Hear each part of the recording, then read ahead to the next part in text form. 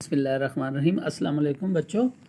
तो आज का हमारा ये जो लेक्चर है, दिस इज़ लेक्चर नंबर 2 और टॉपिक हमारे पास है फॉर्मेशन ऑफ क्वाड्रेटिक इक्वेशन। तो ये जो आप लोग एक क्वाड्रेटिक इक्वेशन हल करते हो, तो ये एक क्वाड्रेटिक इक्वेशन लोग किस तरह बनाते हैं, तो इसके लिए आज हम इसके ऊपर बात करेंगे।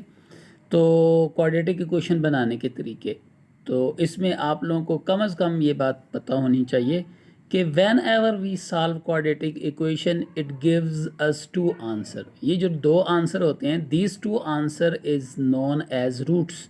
इनको हम रूट्स कहते हैं। जब हम कहते हैं ना रूट्स ऑफ एन इक्वेशन, तो actually we are talking about the answer of that equation, कि उसका आंसर क्या है।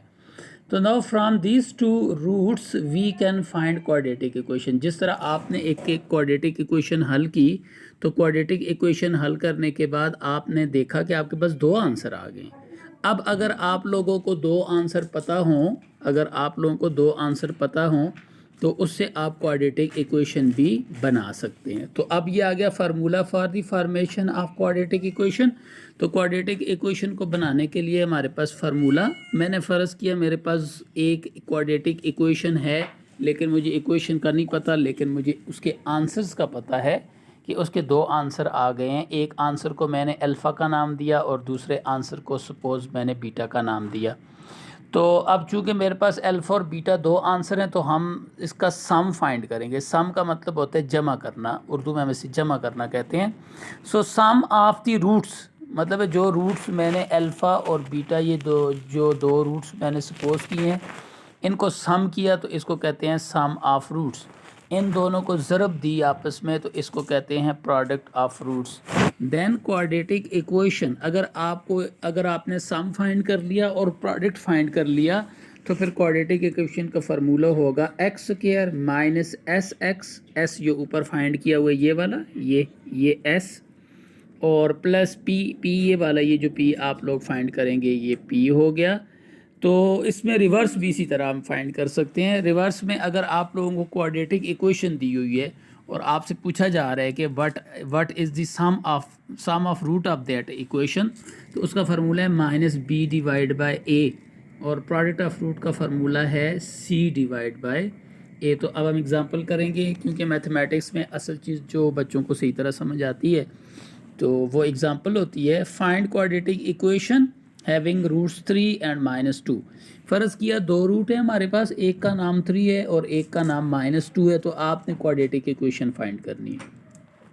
तो इसका मतलब ये है कि आपको एक रूट दिया हुआ है जिसका नाम अल्फ़ा है, so alpha is equal to 3, और दूसरा रूट दिया हुआ है और दूसरे रूट में बीटा हमारे पास -2 के इक्वल है। तो इन दोनों रूट्स को हमने क्या किया है, इन दोनों रूट्स को मैंने यहाँ पे अल्फ़ा और बीटा का नाम दिया है। ज़ाहिर है अब सम फाइंड करना पड़ेगा। सम का मतलब है अल्फ़ा प्लस बीटा, तो अल्फ़ा की वैल्यू 3 है, प्लस जिस तरह यहाँ पे इधर भी उसी तरह प्लस है, और बीटा की वैल्यू -2 है। प्लस माइनस माइनस के बराबर होता है, तो 3 - 2 is equal to 1। So sum of root is equal to 1। अब प्रोडक्ट ऑफ रूट का मतलब होता है ज़रब दें, तो product of root alpha multiply beta, this is product of root, और प्रोडक्ट ऑफ रूट के लिए हम ज़रब देते हैं। 3 multiply -2, this is equal to -6, multiply किया तो -6 आता है।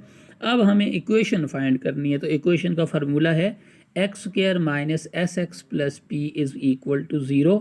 तो एस की जगह हमारे पास आंसर यहाँ पे 1 आया था, तो मैंने यहाँ एस की जगह 1 पुट किया है, और पी का आंसर हमारे पास आया है 6 तो यहाँ पे मैंने -6 किया। प्लस माइनस माइनस, लिहाजा यहाँ पे माइनस हो गया, तो 1 को यहाँ पे लिखें या ना लिखें एक ही बात होती है। लिहाजा X square minus X plus 6 is equal to 0। This is our required equation. अब चलते हैं हम यहाँ पे एग्जाम्पल के ऊपर। तो find the sum of root and product of root of the equation. अब इक्वेशन दी हुई है और हमसे पूछा जा रहा है कि बताएं इसके सम ऑफ रूट और प्रोडक्ट ऑफ रूट क्या है। तो हमें जर्नल इक्वेशन का पता है कि एक्स स्क्वायर के साथ जो बंदा होता है वो ए होता है, एक्स के साथ जो बंदा होता है वो बी होता है, जो बाकी बच जाता है वो सी होता है। लिहाजा यहाँ पे हमारी जो इक्वेशन दी हुई है, यहाँ एक्स स्क्वायर के पास 1 है, मैंने समझाया था जो नज़र नहीं आ रहा होता वो असल में 1 होता है। और x के साथ जो है वो b हो गया, क्योंकि यहाँ पे x के साथ आपने देखा b है तो इधर भी x के साथ b है, लिहाजा b इज़ इक्वल टू 6, बाकी बच गया c, so c is equal to minus of. अब सम ऑफ रूट का फार्मूला है, मैंने यहाँ पे आप लोगों को फार्मूला इसका सिखाया था, ये देखें यहाँ पे मैंने सम ऑफ रूट का फार्मूला सिखाया है, तो ये फार्मूला मैंने यहाँ पे पुट किया, तो b की वैल्यू पुट की 6 और c की वैल्यू पुट की, a की वैल्यू पुट की 1 और ये आंसर आ गया। इसी तरह p का फार्मूला, यहाँ पे मैंने आप लोगों को p का फार्मूला भी सिखाया है, p का फार्मूला, तो p के फार्मूले में जाके वैल्यू पुट की, तो c की वैल्यू है -5 और a की वैल्यू है 1, तो अब ये s का आंसर भी आ गया। सम ऑफ रूट फाइंड करना था और प्रोडक्ट ऑफ रूट फाइंड करना था, तो प्रोडक्ट ऑफ रूट भी हमारे पास आ चुका है। अब आप लोगों के लिए असाइनमेंट है, असाइनमेंट फॉर लेक्चर नंबर 2, इससे पहले जो असाइनमेंट दी थी that is for lecture number 1।